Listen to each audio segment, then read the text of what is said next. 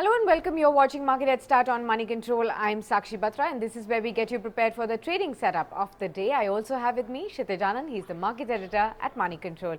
Good morning, Kshitij, and thanks very much for joining us at the start of this yet another week. Now, the last week, actually on Friday, we saw the indices, both Sensex and the Nifty, close with mild losses, about 200 points loss for the Sensex and about a 50-point loss for the Nifty as well. But the good part was that Nifty still protected that 11,900 level, which is the crucial psychological as well as a support level as well.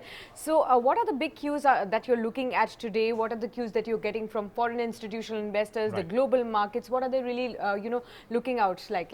Morning, Sakshi, and good morning, viewers. Well, definitely it was volatile, but a historic week for Indian markets. And why I say that is, yes, because Sensex hit a fresh record high of 40,816, while Nifty 50, had a touch and go moment with 12,000 levels. Both Sensex and Nifty managed to close flat, but with a positive bias, while there was mixed trends seen in the broader market space.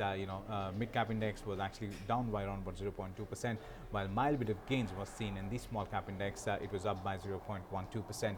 Now, for this week, coming week, it's going to be an eventful week for Indian markets. And to say that will the records high continue? Well, to say that for sure, Sakshi, I think it will be more of news dependent information, because there are a lot of events lined up, right from macro cues to global cues. So definitely I think it will be all dependent on that. But the good part is that at least crude oil prices are not trading around about $63 a barrel, so we found some bit of stability there. If you look at the rupee, it is trading below 72 rupees per US dollar, so that is one big positive sign for Indian markets. And if you look at the foreign institutional activity as well, FIs are for the month of November, they have poured in more than 17,000 crores. And on Friday as well, they were net buyers to the tune of little over 300 odd crores for the Indian markets. So yes, today could be a day of another bit of consolidation for Indian markets. And why I say that is because the last time, or on Friday, when Nifty 50 inched towards the 11,950 and towards the 12,000 mark, we saw some bit of selling. So there could be another we could see another bit of event happening around that. If in case Nifty tries to touch 12,000 levels, or at least 11,950, then we could see another bout of selling around about that time. Absolutely. So there are a whole lot of cues that will depend on as to how the markets will really trade in this whole week. But again, back to today, the big focus will be on the rebalancing of the MSCI index as well. So Kshitij, if you could help us understand what are these rebalancing acts that is going to really, and how the market's going to be really taking that. Absolutely. So like I said, the whole week is event based, and a lot of information will come from both domestic micro and macro events, and that will actually dictate the trend of Indian markets. So I think till that time, or in this week, we actually anticipate a range bound activity, and if in case we are able to break out above 12,000 levels, then yes, we could make an attempt towards 12,103. But I think till that time, we could see mild bit of profit taking at high levels for sure. Now, commenting on the MSCI Rebalancing Act, well, if you look at the stocks which will be included in the MSCI India Index, it includes names like Colgate Palmolive, Berger Paints, DLF, HDFC, AMC, ICICI Prudential, Info Edge, SBI Life Insurance, Siemens India are some of the stocks which will be making their way in the MSCI India Index, and that will happen on the November 27. Apart from that, FNO Qs will be important, because FNO expiry is on the 28th of November, that is Thursday. So that will actually also keep the markets volatile. And not to forget, on Friday we have GDP numbers, that is for the September quarter, and most brokerage firms anticipate a number of below 5% or sub 5%. And if in case the GDP print comes at around about 4.5% or below that, then definitely it will be a dampening for investor sentiment for sure.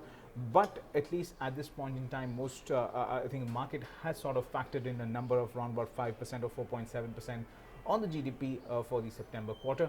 Anything worse than that is something which could lead to a knee-jerk reaction in Absolutely. So some bit of a sub 5% growth for Q2 GDP is something that the markets have perhaps factored in. But a lower GDP figure which could be below 4.7% is something to watch out for, and that could be a dampening sentiment for the markets as well. But again, back focus on the technical charts and the patterns that have been developing now. We also saw that last week it was a doji candle that was formed. Yes. So for this week, what are your indications for today, as well as now that this is the expiry week, just like how you pointed out as Right. well.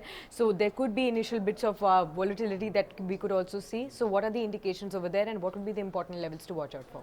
Absolutely. If we look at for all the 3 weeks, not just the week gone by, in fact, for the last 3 weeks, Nifty 50 has been forming an indecisive doji kind of a candle on the weekly charts. In fact, for Friday, we formed a bearish bell hold kind of a pattern, which is more negative in nature. So in case we see another bearish candle in today's trading session, that is Monday, we could see some more bit of profit taking, at around about these levels, because 11,880 will be your first bit of support for the Nifty 50.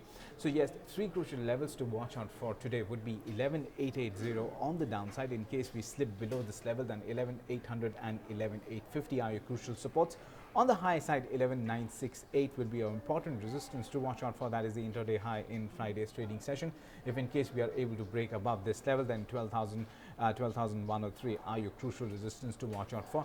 But this range bound activity, or this consolidation that we are seeing for the past 3 consecutive weeks, is something which is positive as well, because the index is consolidating at very crucial levels. So a breakout would definitely be a strong breakout, and we'll see higher levels on the Nifty for sure. That's what most technical experts are also saying at this point in time. Absolutely. So those will be the important levels to watch out for, and they will be defining the trading range also for the markets, not just for today, but also for the entire week as well.